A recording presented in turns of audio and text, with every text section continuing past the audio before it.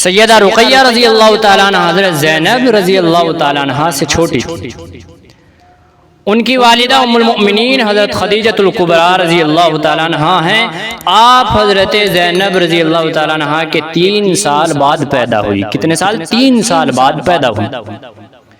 اور اس وقت اللہ کے نبی صلی اللہ علیہ وسلم کی عمر مبارک تقریباً 33 سال تھی۔ آپ نے اپنی بہنوں کے ساتھ ساتھ حضور اکرم صلی اللہ علیہ وسلم کی نگرانی میں تربیت پائی۔ کتابوں میں آتا ہے کہ خواتین میں سب سے پہلے ایمان لانے والی خاتون سیدہ خدیجہ الکبریٰ رضی اللہ تعالیٰ عنہ ہیں۔ خواتین میں سب سے پہلے ایمان لانے والی خاتون حضرت خدیجہ رضی اللہ تعالیٰ عنہ ہیں، اور آپ کے ساتھ ساتھ آپ کی صاحبزادیاں ایمان لانے میں پیش تھی۔ جس وقت ان کی والدہ ایمان لائی تو ان کے ساتھ یہ صاحبزادیاں بھی مسلمان ہوئیں۔ اسلام کے اعلان سے پہلے حضور صلی اللہ علیہ وسلم نے اپنی 2 صاحبزادیاں رقیہ اور ام کلثوم کا نکاح اپنے چچا ابو لہب کے دونوں بیٹوں کے ساتھ کر دیا تھا، اور یہ صرف نکاح ہوا تھا، رخصتی نہیں ہوئی تھی۔ یہ صرف نکاح ہوا تھا، رخصتی نہیں ہوئی تھی۔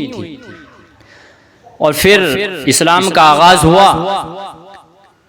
حضور اکرم صلی اللہ علیہ وسلم پر وحیوں کا دور شروع ہوا، وحی نازل ہونے لگی، توحید کی آیتیں اتری، شرک اور کفر کی برائیاں بیان کی گئی، یہاں تک کہ سورہ تبت یدا ابی لہب وتب بھی نازل ہوئی، جو کہ ابو لہب کے نام کے ساتھ نازل ہوئی، اور اس پر مشرکین مکہ کی دشمنی عروج پر پہنچ گئی، بلندیوں کو چھو گئی، دشمنی اور بڑھ گئی۔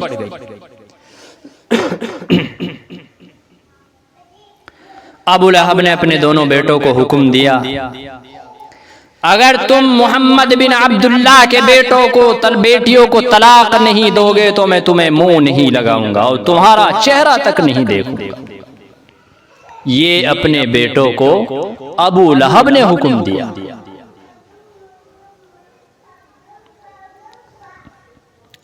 باپ کے کہنے پر دونوں بیٹوں نے طلاق دے دی، ظاہر سی بات تھی، اور دراصل یہ ان صاحبزادیوں کی غیبی مدد تھی۔ اللہ نے چاہا کہ یہ پاک صاحبزادیاں عتبہ اور عتیبہ کے ہاں نہ جا سکیں، یہ اللہ کی طرف سے تھا، اسباب بنانے تھے اللہ تبارک و تعالی کو۔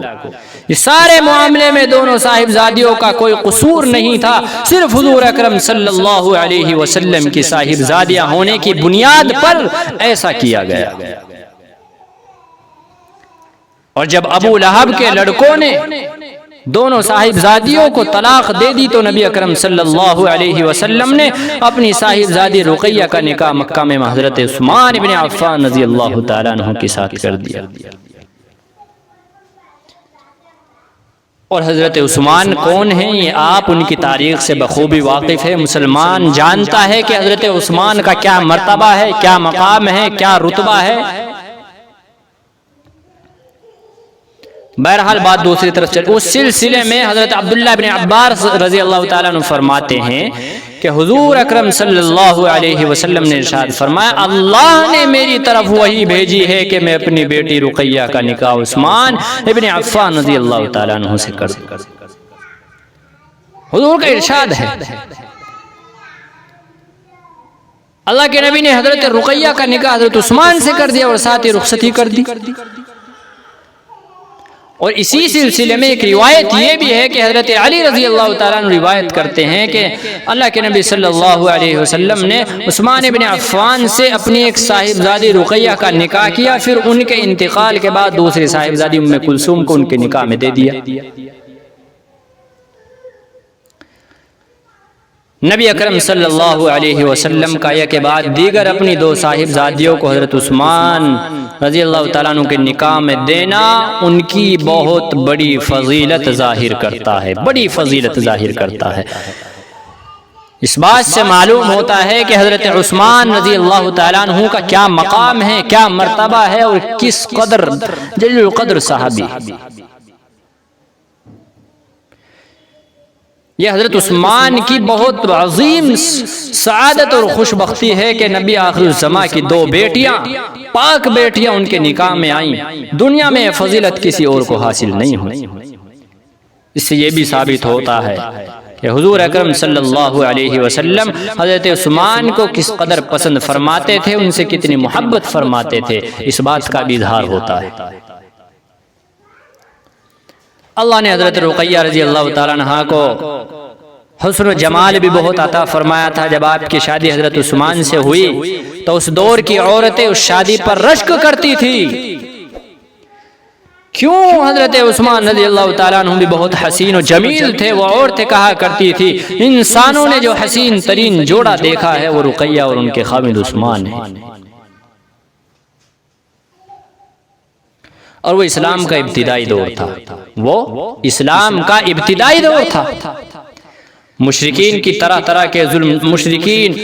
طرح کے ظلم ڈھا رہے تھے، منصوبے بندی کر رہے تھے۔ انہی حالات میں نبی اکرم صلی اللہ علیہ وسلم نے مسلمانوں کو مشورہ دیا کہ وہ لوگ اگر حبشہ کی طرف ہجرت کر جائیں تو یہ ان کے لیے بہت بہتر رہے گا۔ حبشہ کا بادشاہ بہت نیک انسان ہے، یہ حضور کا مشورہ ہے، کسی پر ظلم نہیں کرتا، وہاں تم آرام اور سکون سے رہ سکتے ہو، پھر اللہ تمہارے لیے آسانی کی کوئی صورت فرما دیں گے۔ اس پر چند افراد حبشہ کی طرف نکل پڑے۔ یہ اسلام میں سب سے پہلی ہجرت تھی، یہ اسلام میں سب سے پہلی ہجرت تھی، اسلام میں سب سے پہلی ہجرت تھی۔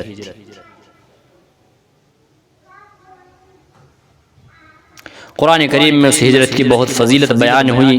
چنانچہ اللہ نے فرمایا جن لوگوں نے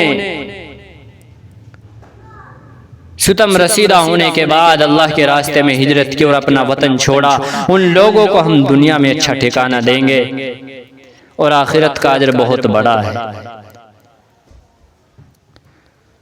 اب جو حضرات اس ہجرت کے لیے مکہ سے نکلے ان میں حضرت عثمان رضی اللہ تعالیٰ عنہ اور حضرت رقیہ رضی اللہ تعالیٰ عنہ بھی شامل تھے۔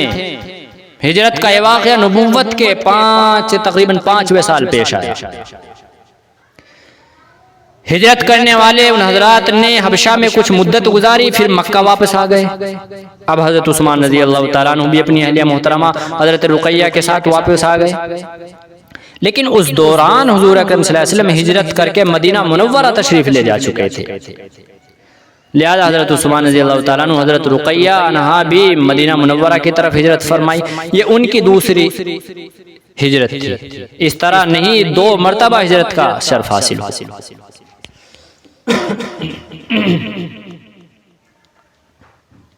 حبشہ کی رہائش کے دوران حضرت رقیہ رضی اللہ تعالیٰ عنہ کا ایک بیٹا پیدا ہوا، ان کا نام عبداللہ رکھا گیا۔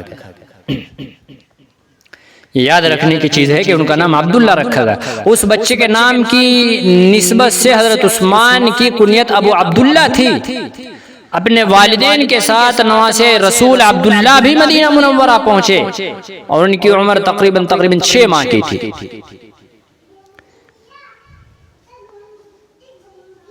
اور ایک مرغ نے انہیں ڈھونگ مار کر انہیں زخمی کر دیا۔ اس زخم سے ان کے چہرے پر ورم آ گیا تھا اور یہ زخم ٹھیک نہ ہو سکا، اسی حالت میں انتقال کر گئے۔ ان کے بعد حضرت رقیہ رضی اللہ تعالیٰ عنہا کے یہاں کوئی اولاد نہیں ہوئی۔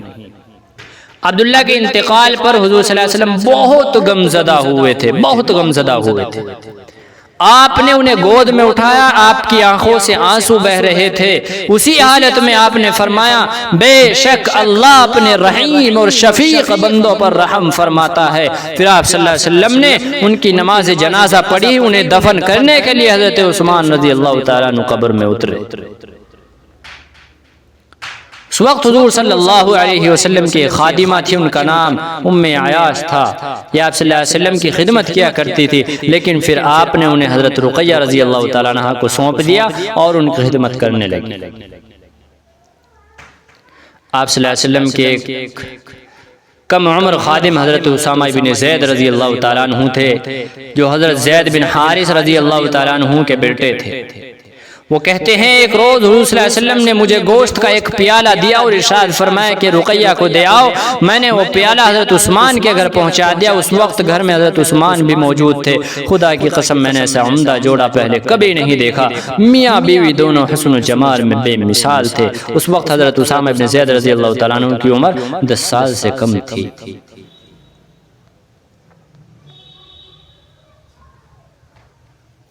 ایک روز حضرت عثمان رضی اللہ تعالیٰ عنہ نے ایک عمدہ کھانا تیار کر کے آپ صلی اللہ علیہ وسلم کو بھیجا۔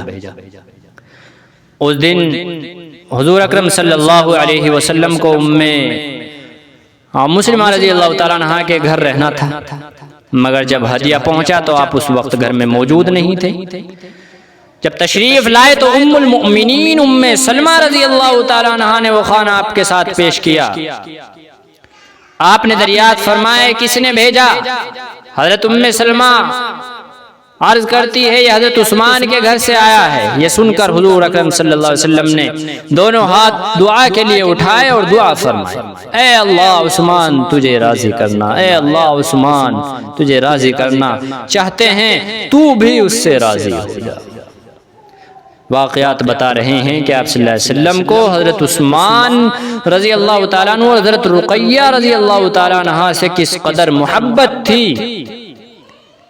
ایک روز آپ صلی اللہ علیہ وسلم حضرت رقیہ رضی اللہ تعالیٰ عنہ کے گھر تشریف لے گئے۔ آپ نے دیکھا حضرت رقیہ رضی اللہ تعالیٰ عنہ حضرت عثمان کا سر دھو رہی ہے۔ یہ دیکھ کر آپ نے فرمایا بیٹی اپنے خاوند کے ساتھ اچھا سلوک کرتی رہو، یہ میرے صحابہ بھی عثمان کے اخلاق مجھ سے زیادہ ملتے جلتے ہیں۔ 2 ہجری میں غزوہ بدر پیش آیا۔ اس غزوے میں حضور اکرم صلی اللہ علیہ وسلم خود تشریف لے گئے۔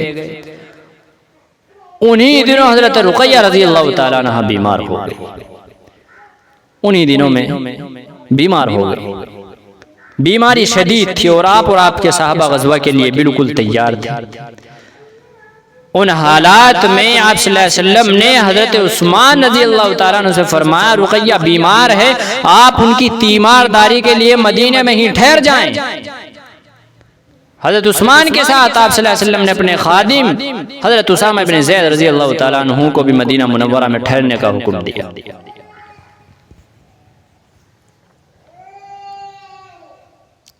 حضرت عثمان رضی اللہ تعالیٰ عنہ غزوے میں شرکت کی سعادت حاصل کرنا چاہتے تھے۔ ان کی خواہش پر آپ صلی اللہ علیہ وسلم نے ارشاد فرمایا آپ کے لیے بدر میں حاضر ہونے والوں کے برابر اجر ہے اور مال غنیمت میں بھی آپ کا حصہ ہے۔ آپ کے اس ارشاد کا مطلب یہ ہے کہ آپ نے کیا مطلب تھا؟ آپ نے حضرت عثمان کو غزوہ بدر میں شریک ہونے کے برابر ثواب کا حقدار قرار دیا تھا، اور اسی طرح غزوہ بدر میں شرکت کرنے والوں کے برابر مال غنیمت کا حقدار قرار دیا تھا۔ اس کا مطلب ایک مطلب یہ بھی بنتا ہے کہ حضرت رقیہ رضی اللہ تعالیٰ عنہ کی تیمارداری کو غزوہ بدر میں شرکت کے مطابق قرار دیا تھا۔ اور ہمارے ہاں اگر ہماری اہلیہ بیمار ہو جائے کیا ہوتا ہے؟